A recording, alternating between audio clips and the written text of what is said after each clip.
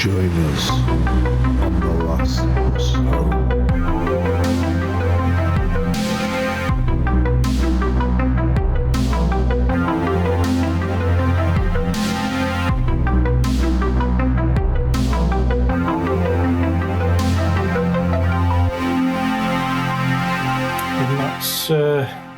That's 10 words that rhyme with orange. Wow, you have genuinely surprised me. Well done. And I'm not repeating it. If you weren't recording, then that's it. No, you're like some sort of weird genius. That's right, I do. But I don't think we've come here to discuss words. Let's get real. I've actually come to talk about 10 times the Nazis have used the supernatural. Holy cow. Nothing like a change up. You just go and drop that bomb on me. Well, this list does exclude Hellboy, but I've left it out because that's obviously the most factual. So Yeah. we don't deal with facts. Now, not being a psycho or anything, I don't know too much about the Nazis. It's not like I research them in my spare time, but I do know, being a paranormal fan, that they definitely had quite a bit of involvement in the occultism. They have, quite famously so. Indiana Jones has foiled them doing it a few times. Dr. Jones. Yeah, I don't know. I've heard different reasons for why they did it. One of them, I believe, was a lot of Jewish science they rejected, whatever that means. So they left them with very little to go by, apparently. Okay. But I don't know, because that sounds very broad. I feel I've got to preface this particular conversation that these views are the views of the Nazis that are going to be discussed, some of them, because sadly, this is a world where people may think I agree with these people because I'm going to talk about them. We don't. Hey, mate, it's a fair disclaimer. I'm sure our listeners understand that. I mean, bad dudes, but let's look at the paranormal elements and let's see what was occurring. Right, yeah. So first of all, we've got Hitler hired a Jewish clairvoyant to tell him the future. Damn. What? In January 1933, just before he became Chancellor of Germany, Adolf visited a clairvoyant named Erich Jan Hannessen and asked him to tell him his future.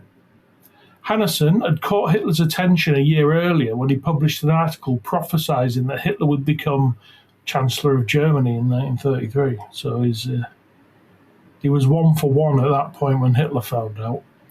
And Hitler believed Hannessen could tell the future enough to pay him for at least one private session. Although, if Hannessen is to be believed, Hitler visited him dozens of times off the record. But that's his words, Adolf wasn't available for comment, so we have to take his word for it. During their session, singular, Hannessen told Hitler that there would be a favourable rise in his future, but a hindrance stood in their way. Hannessen promised Hitler he would use a magical spell to ensure Hitler's success, and he would get a mandrake root from a butcher's yard and bury it in the town of Hitler's birth under the light of the full moon. That'll do the job. Isn't it? Hitler had no idea that the man was Jewish. But Hannessen definitely knew that Hitler was planning on using his race as a scapegoat. He figured, though, that he could charm the anti-Semitism right out of Hitler. And Hitler just needed friendship, he insisted, to learn that there were good people everywhere. Maybe Hannessen couldn't tell the future after all. Maybe not. It didn't quite work out for him. Okay, so that's one of the occasions. Another one is Hitler hired a man to magically detect Jews. Wait, so are we saying here Hitler was mental? I think he was tiptoeing along the edge of sane, yeah. Yep, I think that adds up. Yeah. Nearly as soon as World War I ended, Adolf Hitler made friends with a doctor named Wilhelm Gutbillett. You're going to have to deal with my pronunciations. By day, Gutbullet was an ordinary, mild-mannered physician, but by night, he used his secret mystical powers to detect Jews. Right, I don't want to cut you off or go into any details that you might not have. Did it say how he... Don't hold it in. Does it say, perchance, how he did this? Was it a feeling? Was it a tingling? Yes, he had a way. Yeah. I bet he did. He didn't have any kind of Hebrew sense or... Right. Gutbullet regularly boasted that he had, in the words of one Nazi, the power to sense at once the presence of any Jews. He would dangle a pendulum in the air and ask it if someone was Jewish, believing that the direction it spun would expose any secret Hebrews. Right. Gutbullet was a huge part of the early Nazi movement. He was one of Hitler's first followers and, before Joseph Goebbels took over, was the man behind the Nazi Party's propaganda machine. He and Hitler bonded early on over their mutual anti-Semitism. But Hitler didn't just talk to Gutbullet about racism. He used him to employ his magical Judah. Wow. I said that out loud. Any amusing comments on that particular skill? Well, it's a new one to me. Yeah, me too. No, do you know what? This is going to be a tricky episode because I don't even want to say I'm going to keep an open mind. Yeah. I don't even want to say I'm going to keep an open mind because even that sounds wrong. Just hey, lay down the facts to me, bro, and we'll get there. The Nazis' head of foreign intelligence, Walter Schellenberg, has gone on the record saying that Hitler availed himself of Gutbullet's mystical powers. And he didn't just do it once, apparently. Hitler and Gutbullet spinning his pendulum to find Jews all the way up until his death. Whoa. Kind of wild. I think the worrying part of this, it's not so much, humans believe this thing. It's more people who have, people in positions of power. I mean, I think that's where it all went wrong from. You believe crazy, crazy, crazy shit and you get a lot of people on board. It's dangerous. Okay, the Nazis and the British fought an astrological war. A few days before an assassin tried to kill Hitler at the Munich beer hall, a Swiss astrologer tried to warn Hitler that his life was in danger.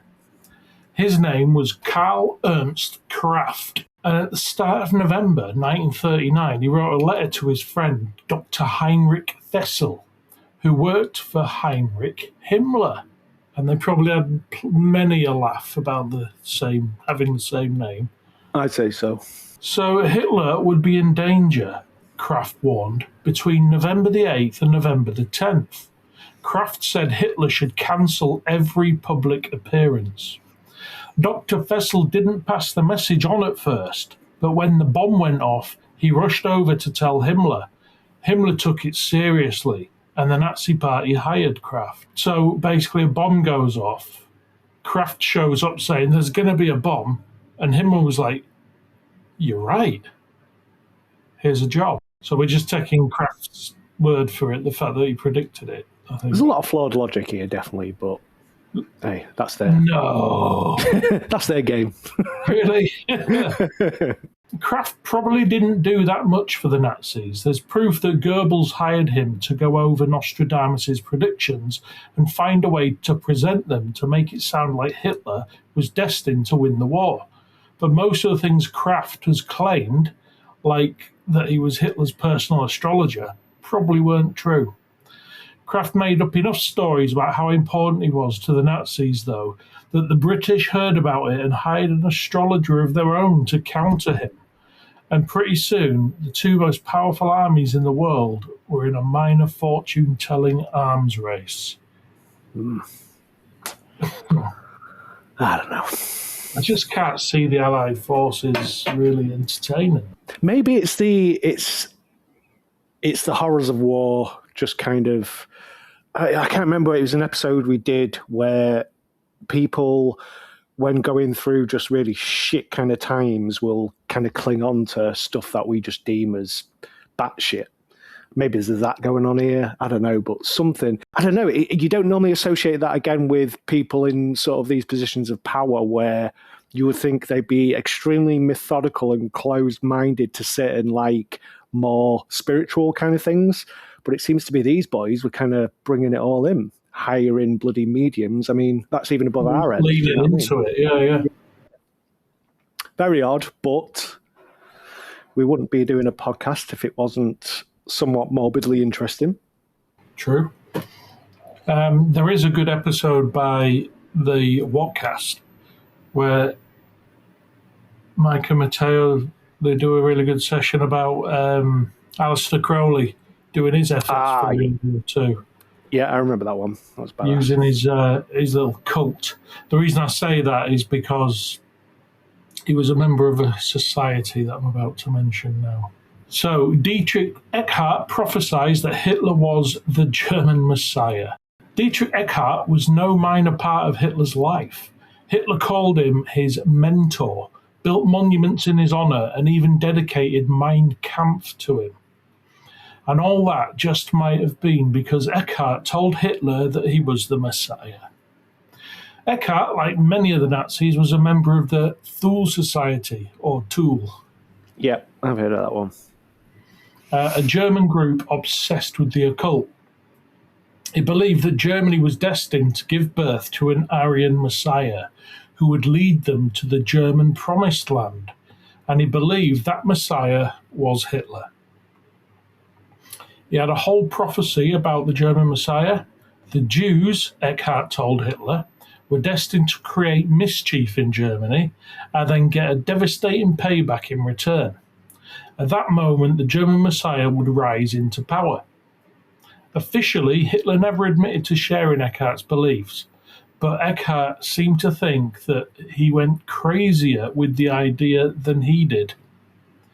During Hitler's last few years, Eckart complained, "The way Adolf is carrying on now goes beyond me. The man is plain crazy." It was almost like Eckart said Hitler had somehow, from someone, picked up a messiah complex. But interesting that kind of breaks away. I thought they'd be like, and correct me if I'm wrong, if I'm going a bit different on the dates here, but I would think all these boys, with the loyalties would be directly to the Nazi parties. I didn't expect them to be involved in other like little cult groups and stuff like that. I think it got to a point, like with any dictatorship, they were told what they believed. If AH said that you were into it, you were into it. Yeah. Because otherwise, it's a Luger in the back of the dome. Yeah, and that can be convincing. It'd make me swing a pendulum or two. Yep. Yeah. So, there's always that. But then, equally, there's no smoke without fire, and there has to be something fundamentally wrong to become a Nazi. There's something flawed in your basic makeup there. The Nazis pushed a creation theory that came in a dream. Now, this one's kind of new on me. I wasn't quite aware of this particular nugget. The Nazi Party was pretty sure that they knew how the universe began. Two stars, they believed, crashed into each other thousands of years ago and flung massive blocks of ice around the universe. They called it the world ice theory, and its founder had the best possible science behind it. It had come to him in a dream. Right. Am I cool just to ask some questions? Yeah, there's a lot to unpack, Lee. There's a lot to unpack. So thousands of years ago, yeah? Despite how old the world actually is. Thousands, which technically is true. It is multiple thousands. Yeah, I guess. Yeah, maybe I'm just being pedantic with the numbers. Okay. I don't know, I was just thinking, humans have been around that we know about for I would say nearly 1 million years, 800,000 years. So. But, hey, again, wrong words. I'm going to keep an open mind, but that's what I'm going to do. Let's do it. Please do, because this, this is world ice theory. Give it the respect it deserves. Truth. So Hans Horbiger developed his theory after noticing that the moon was made out of ice and not cheese. Silly bastard. See, that's where he one-upped us all. Yep. Which is a bad start for any scientific theory. He said that he then went to bed and had a dream about the dawn of the universe. And when he woke up, in his own words, he knew that Newton had been wrong about gravity. Jeez. What the hell? So the Nazis pushed Horbiger's theory, not so much because of it made sense, but instead, and again, this is a real quote, to put the Jewish politicians in their place. They liked it because it contradicted what they called Jewish science.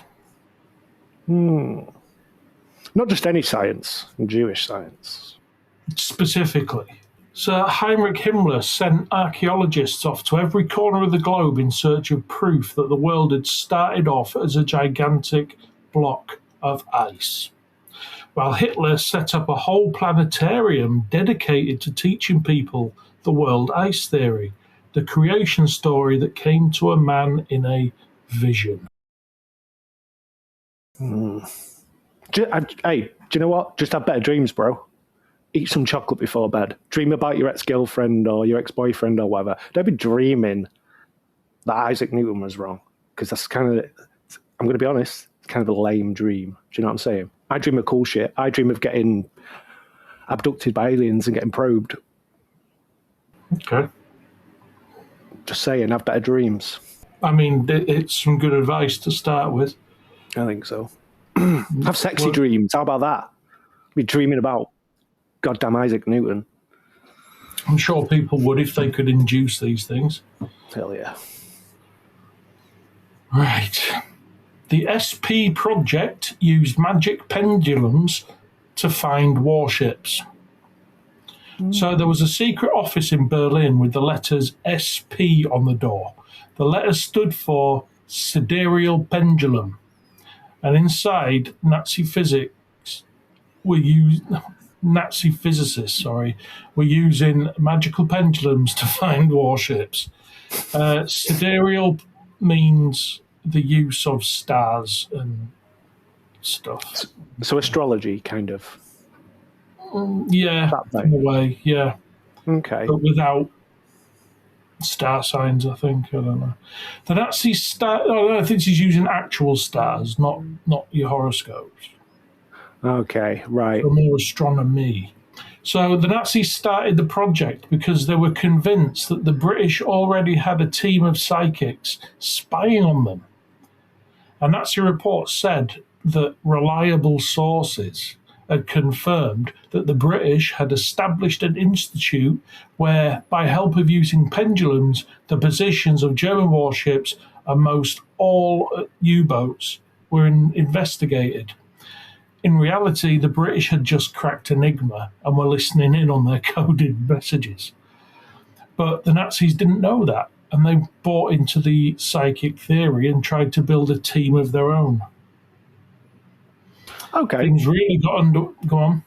No, keep going. I get this. I was just going to say, psychic spies, well, it's certainly not the first time I've heard of that. I think every country used them at some point. They seem to be a... Didn't Uri Geller get used by Mossad for that? He's big. Yeah. He comes up a lot in the daily... 6-1. I think, again, I don't want to sound like a layman. I'm sure some of our listeners will know way more, but he was majorly involved in like all the UAP business. The government used him. I don't know. Like, research Uri Geller if you want. All I know is he's the loser who bent spoons and made the Statue of Liberty disappear, which he didn't. Not bad. Still there. Seeing it. Oh. Loser. Yeah.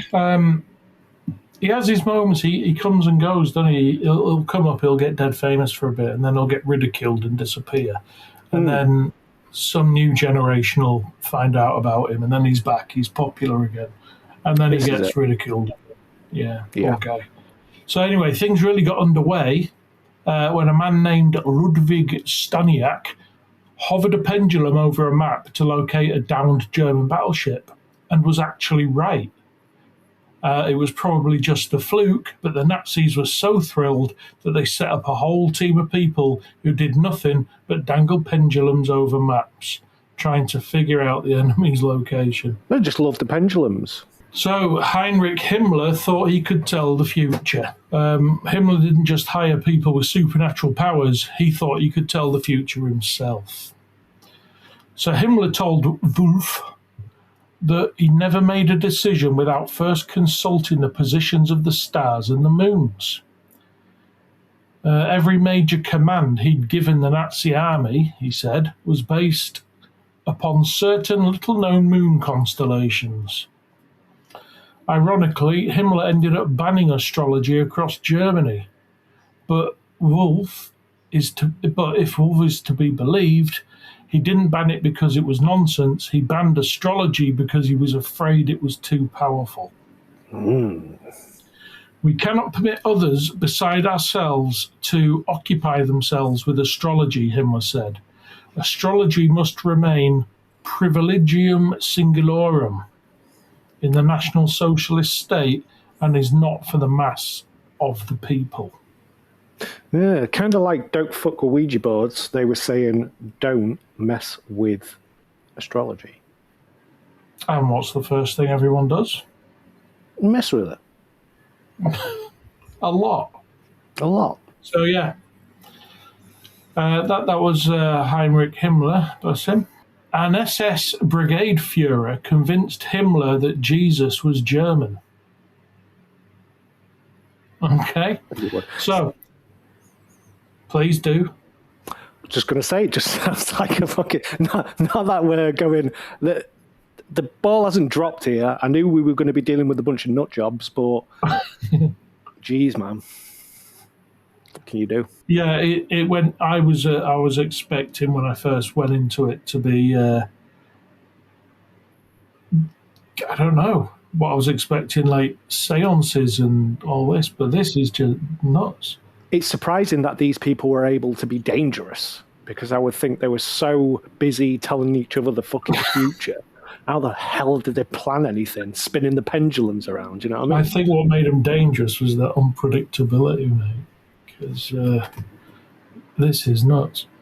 Yeah, man. So anyway, let's see what SS Brigadier Führer Karl Willigut has to say, and why he thinks that Jesus was German. So SS Brigadier Führer Karl Willigut had some weird ideas.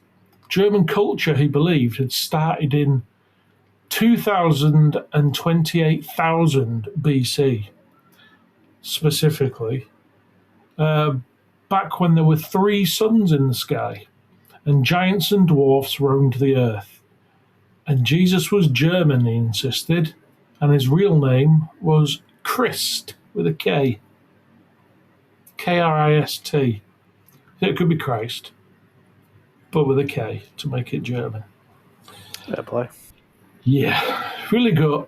Had a whole god complex worked into his weird spiritual beliefs.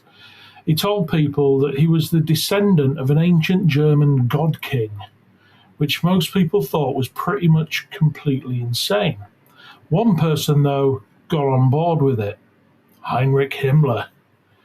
Reportedly, Willigut helped convince Himmler that he was the reincarnation of a medieval king named Henry the Fowler. It's hard to say for sure how many of Willigut's ideas Himmler subscribed to, but he definitely hired Willigut to help him with a weirdly mystical building project. Willigut helped Himmler find the perfect place to build Wewelsburg Castle, his attempt to build a Nazi resurrection of Camelot. Whoa. Wow. Wow.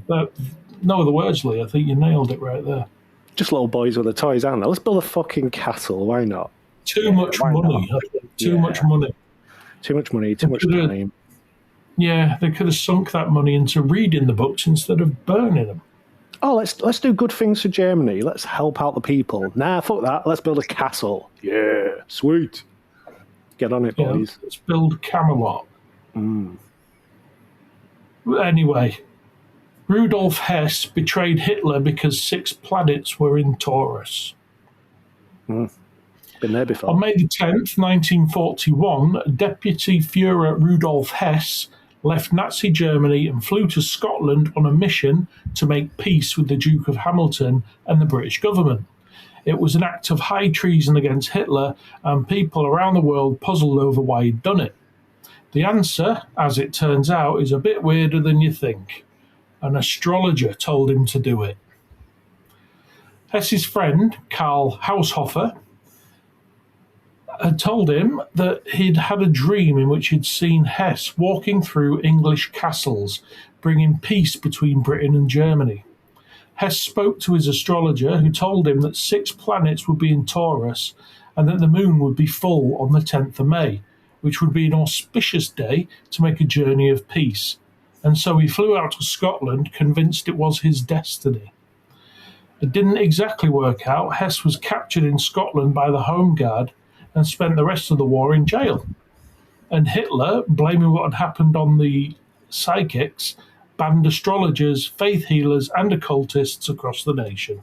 Seems like they try these things out and then just get butthurt. Yeah, very much. And finally, on this list, we have the Nazis hired a psychic to find Mussolini.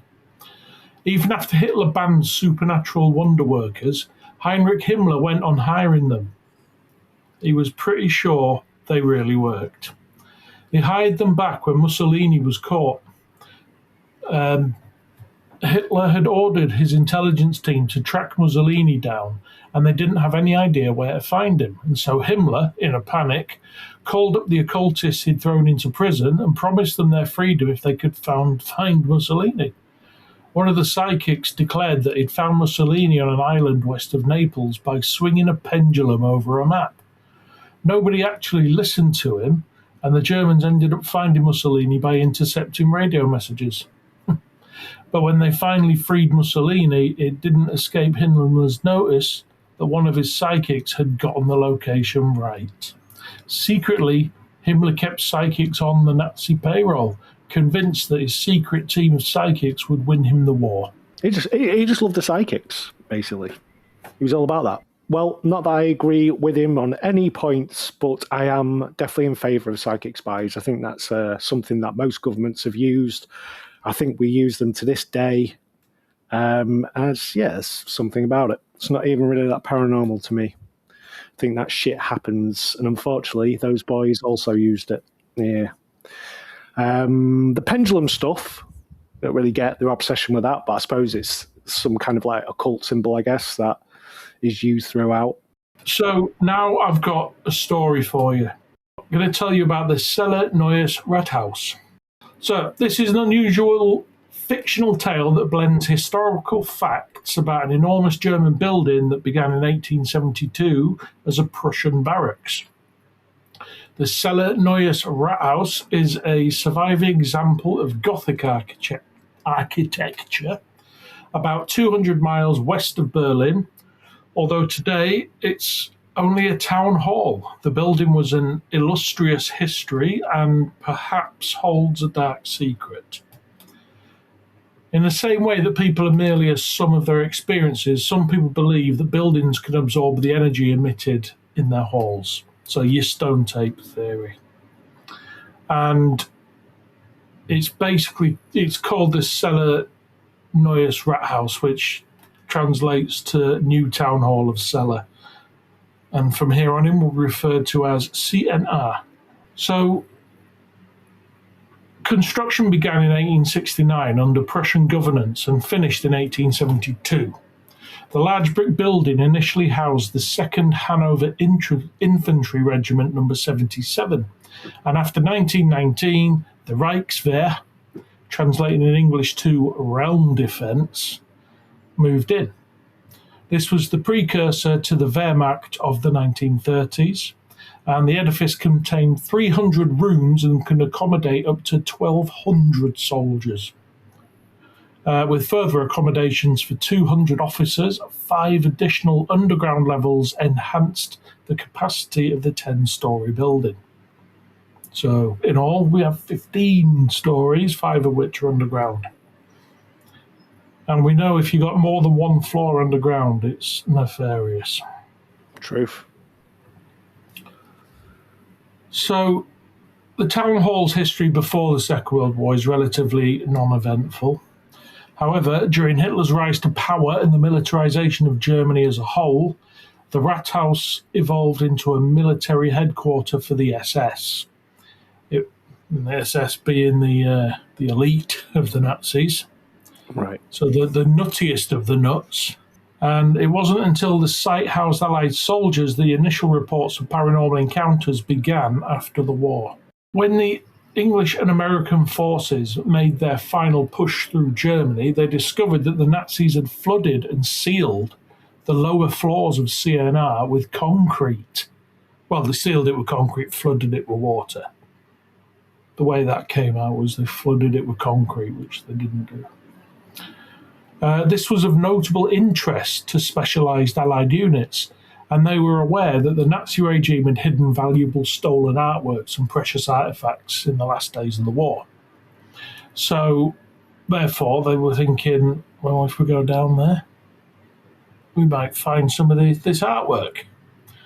Or treasure. I would say more treasure, because I can't see much artwork surviving underwater. So Lieutenant General Brian Horrocks, the commanding officer on site, ordered a dive expedition to investigate the lower levels of the structure. So on April the 15th, 1945, the expedition produced one of the most vivid accounts of what CNR may have been hiding. 3 divers went down at separate points, each of them tethered by a line, and after 30 minutes under, only one man resurfaced, as told by the sole survivor of the original US Navy dive team. The harrowing experience rattled him. Upon entering the subterranean complex, the diver claimed that he saw many sigils etched into the walls of the first and second floors. This is going down. So not the first and second, I suppose we'd call them stories, but going down. So we go 1, 2, 3, 4, 5 downwards. Yeah, there's lots of sigils etched into the walls. These included pentagrams and other pagan occult symbols. If this wasn't foreboding enough, reports indicate that when he swam into the 3rd floor, the diver came across mutilated bodies strapped to chairs. The state of these corpses was like nothing he'd ever seen. He saw vivisected navels, missing limbs, and perhaps, most horrifically, animal appendages attached to them. Whoa. More specifically, some featured the heads of goats sewn or grafted onto human bodies. Damn. That's some dark shit. And when he finally emerged, he was ranting and raving like a madman, and it took hours for him to calm down, and he required sedation. Bear in mind that this man was an experienced diver. At the time, he was likely one of the most experienced in the world. He told onlookers it was as if the mutilated bodies were moving in the flooded rooms, writhing in their chairs and trying to get out. But that could just be, if there were bodies in the chairs, that could just be the movement of the divers in what otherwise would have been still water. That's one explanation. Obviously not the right one. They were clearly moving. I'd say so. Yeah. So some dark shit happened. Yeah, I just thought I'd throw in a joke about science. I got you. All right, the same diver also claimed there was a dark form chasing him through the water during his ascent back to the surface. After this, the diver was never the same again and flatly refused to ever dive again. Ooh. In fact, he took a medical discharge not long after this event, and the other 2 divers' bodies were never recovered, although the tether lines attached to them were. Now, what's that about? One, that's literally all we have mention of. Two, whole people going missing down there, especially after the story he's told. And no one's like, well, are we going to find him? Are we going to drain it? Are we going to go and verify what he said? Because he come up saying some pretty outlandish things. Maybe they knew that this was. I mean, anybody who's down as a gaff, as a joke. I think yeah. The Nazis definitely are. They're definitely known for the awful experimentation. I think that's what happens when you get a group of people who don't have any rules. We know about all the awful. Well, all the awful shit they did with like twins and the experiments they did on the Jewish people and all the awful shit. They were definitely. It would seem like they had no rules for this kind of stuff. So the fact that there's a load of dismembered humans with animal parts, I'd be like, yeah, they probably did that. They probably was experimenting some weird kind of crazy occult bullshit. That probably happened. So yeah, that place should have been drained, should have been found, and so maybe trying to recreate Baphomet by putting goat heads on people's bodies. Well, not to go too far off track, but I remember researching an episode that I wanted to do about like freaky kind of like creatures that have escaped from the labs. But when I went into that, it just started to get really grim, and I came across like a Nazi story where they were trying to put two heads on a dog, and the dogs actually survived for maybe like a week before it died from infection and all kinds of horrible shit. So they definitely did this wacky shit. So yeah, I mean, it's dark, but it's believable. Anyway, not to bring the mood down. Yeah. So the next line, we move on to only a few days later. So we are just ignoring the fact that two American military divers just went missing in a building that was the headquarters for themselves. There was their own cellar. It's not like they were behind enemy lines. They were right there. Hey, cover up, anybody? Yeah. So anyway, a few days later, the rest of the British Army arrived to formally occupy the zone. On April 21st, CNR was handed over to the British Army, and the commanding officer was relieved of his post at the site, and soon after, the subterranean levels were resealed with concrete again. Never to be found again. Yeah. So this story this fella told didn't impress anyone, it seems. It's undeniable that in the final months of the war, the Nazis at CNR made a concerted effort to hide and potentially destroy whatever was in the lower levels of the structure. Pagan and satanic symbols allude to something very far removed from any military headquarters' normal operations. And beyond this, the presence of human remains in the lower floors is also of grave concern. If it's true that they were mutilated, there are very few logical conclusions one can reach. And it does make you think we're on levels 4 and 5. So, practitioners of the occult rituals that involve the summoning of configuration of a dark spirit believe that the mutilation of a host body can make the transition for the spirit easier. Essentially, the wound inflicted in the wicked act allows the conjuration to possess or enter the body with less resistance.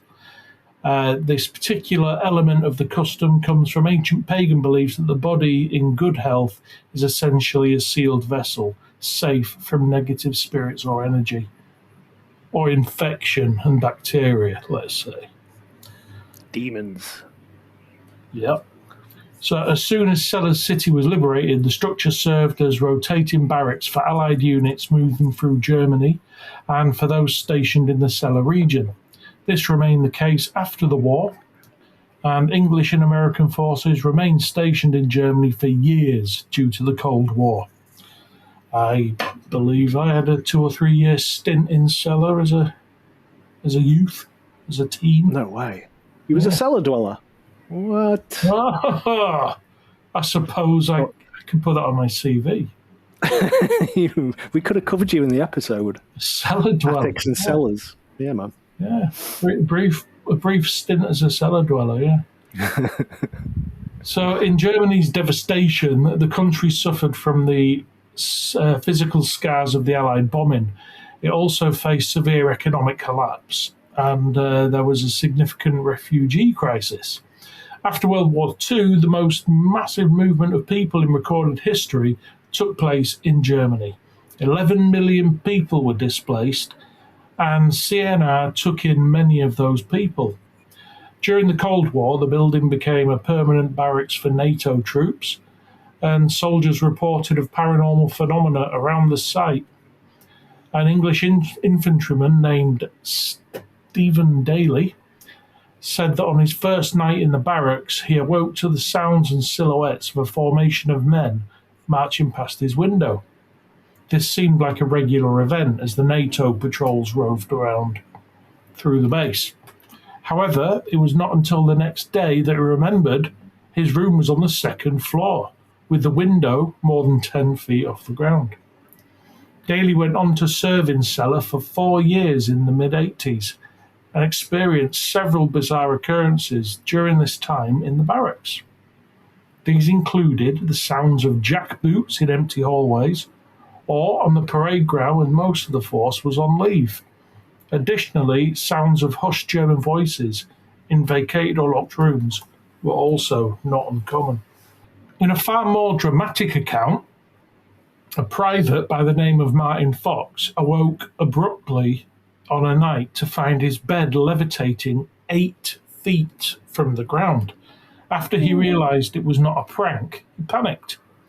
This caused the bed to come crashing down in a great racket.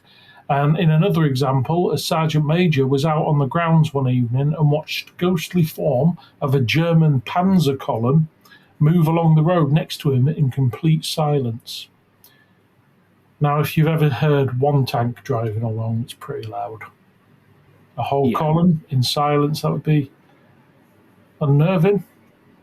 I'd say so. So it was not uncommon for enlisted men to return to find their previously clean and secured rooms vandalized throughout this time. And there were also often sightings of shadowy figures in hallways and corners. Some men even claimed to have awoken to these entities standing over their beds at night.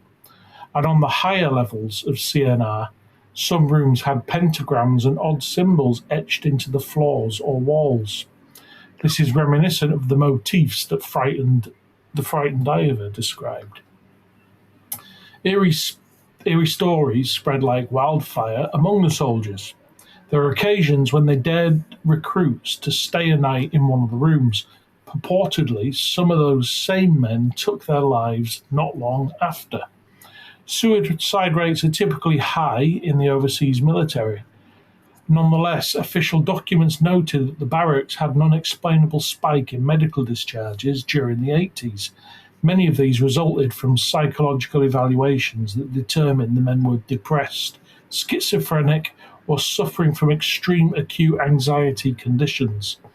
As the medical examiner recorded, there seemed to be a dark, oppressive atmosphere over the site. Geographically, Celle is near the Bergen-Belsen concentration camp, and in the process of transporting prisoners to this camp, they would have had to change lines at Celle. And on April the 8th, 1945, about 3,500 concentration camp inmates died in Celle on their way to Bergen-Belsen. While they were waiting on the train for inmates from another camp to join them, an Allied air raid hit the ammunition train that had stopped next to them and exploded. A number of them died, and while the surviving inmates fled into the town or woods, the SS opened fire on them. Cunts. And the rest were hunted like animals and killed. Perhaps this knowledge had a degrading effect on the men stationed at CNR.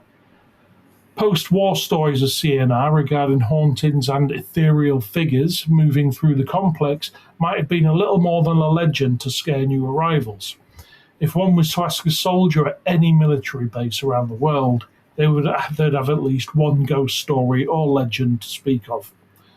On a darker note, legitimate documents and reports verify the spike in men who committed suicide at CNR. The nature of the site's location provides a solemn justification for the incidents, and additionally, the young men living there had just spent years fighting a war, enduring horrors beyond belief, and losing friends as often as enemies. However, by the mid-80s, this is no longer a plausible explanation, and had the legends and real horrific events of earlier days at CNR ingrained so deeply in the area? We do not know. One sure way to put all speculation to bed would be to explore the underground levels. Strangely enough, at least on record, this is an action that to this day has never been undertaken. The subterranean levels remain sealed and flooded. So that's the end anyway, Lee. That's brought us roundly to the end of the Nazis using the supernatural. Well educated, Mr. Wilson. Well educated. Anyway, this is my stop. So, Ding, ding. Ding, ding. See you on the next one.